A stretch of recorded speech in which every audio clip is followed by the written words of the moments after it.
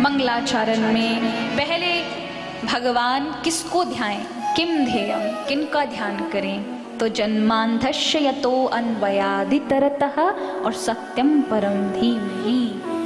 यानी ये जो प्रथम श्लोक है इसमें भगवान जिनका हम ध्यान कर रहे हैं उनकी महिमा के विषय में बताया। जन्मांधस्य यतो अन्वयादितरतः, जन्म से लेके आदि तक उनके अलावा अन्य कोई नहीं, जिनकी माया से ये सारा संसार सत्य भाषित होता है परंतु सत्य नहीं है। जिस प्रकार से अंधेरे में किसी व्यक्ति को रस्सी में सांप नजर आता है, लेकिन कब तक? जब तक अंधेरा है।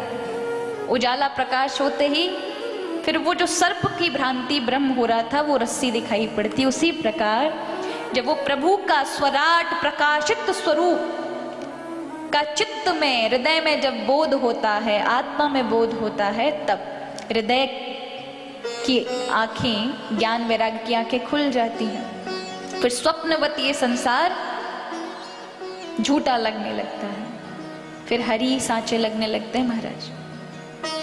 फिर सब लगता है वृथा ही है, जो कुछ है तो वो हरी ही है।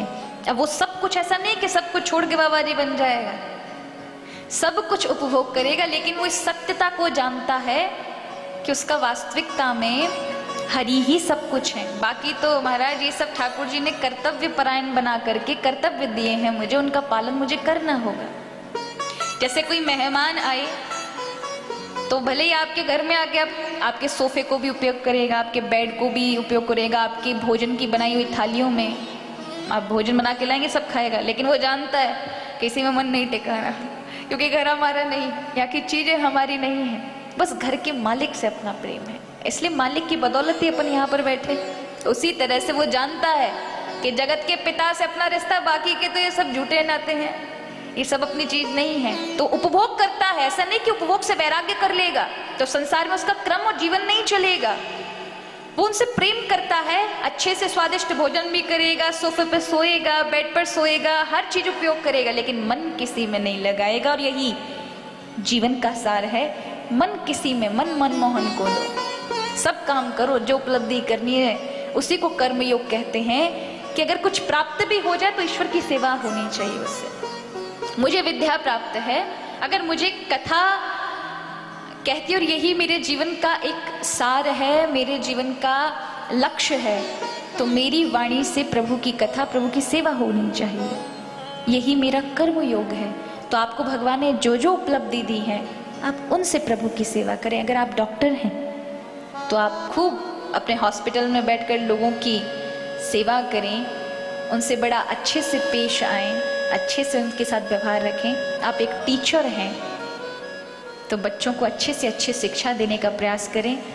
ये भावना रखें कि नहीं, हमको तो गवर्नमेंट की ओर से मिलता ही है, काहे को बच्चे अपने भाग्य से पढ़ेंगे। आपको विश्वास नहीं होगा, ये 2013 की बात है, मैं शायद मध्य प्रदेश कथा के लिए जा रही थी और मेरे सामने मुरैना से 2 प्रधान अध्यापक बैठे मेरे बिल्कुल समक्ष सीट पर। वो मुझे एकटक देखते रहे। अब मैंने देखा, मैंने उनको राधे राधे कहा तो वो कहते हैं आप कथा कहते हैं? मैंने हाँ। आपने पढ़ाई की है?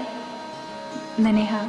तो मुझसे पूछते हैं हम भी सोच रहे थे पहले ऐसा ही बनने का। मैंने तो फिर अब क्या रखा, आप भी बन सकते हो। भगवान की भक्ति तो कोई भी कर सकता है, वो कोई बनना थोड़ी ना। ठाकुर जी तो कब के हाथ पसारे खड़े हुए हैं, हाथ मिलाओ, आ जाओ हमारे बन जाओ। बोलते हैं पर अब क्या है, आपको पता है हम प्रधान अध्यापक हैं। ने बहुत बड़ी बात है, आप तो बच्चों का इतना, इससे बड़ी क्या सेवा है, बच्चों को पढ़ा रहे हैं। बोले यही हम नहीं करते। ने का मतलब हमें 60,000 रुपये महीने मिलती तनख्वाह। मैंने तो फिर बच्चों को पढ़ाते तो होंगे ना। बोले हम क्या पढ़ाएंगे, पढ़ करके हमें लटका देंगे।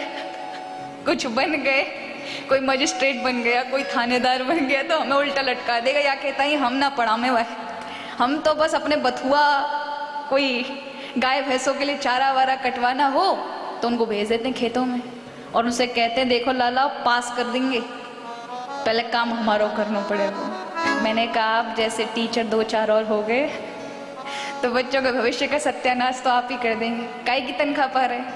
बोले अब हम क्या करें, हमने ऐसो देखा कि एक टीचर ने बड़ो परेशान किया, तो बाकू जब वो बड़े भये तो मैंने उल्टा ही लटका दिया, हम भी ऐसा नहीं करें। मैंने कहा सब ऐसे नहीं होते हैं, आप बच्चों का भविष्य बना देंगे तो जीवन भर उन्हें आपकी स्मृति बनी रहेगी। जब भी आप मिलेंगे आपको सम्मान से देखेंगे, क्योंकि आपसे उन्होंने कुछ आदर्श पाए हैं, कुछ अच्छी शिक्षा दी है आपने, वो हमेशा उनके जीवन भर काम आएगी। आपको याद भी ना करें, कम से कम आपने उस उपयोगिता का, जो पात्रता भगवान ने आपको दी है, उसका सदुपयोग तो किया।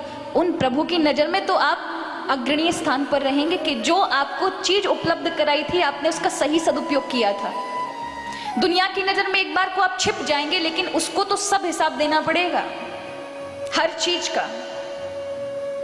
तो जो अपने सुंदर, जो भगवान ने उसे पात्रता दी है, जो सुंदर लक्षण गुण दिए, उसका सदुपयोग वो भगवत सेवा में करे, इस भाव से लोगों की सेवा में करे, क्योंकि लोगों में भी तो भगवान है। हर एक प्राणी में प्रभु का दर्शन करते हुए उनकी सेवा करे, तो यही उसका कर्म योग है। और इसी कर्म योग को भगवान गीता में कहते हैं।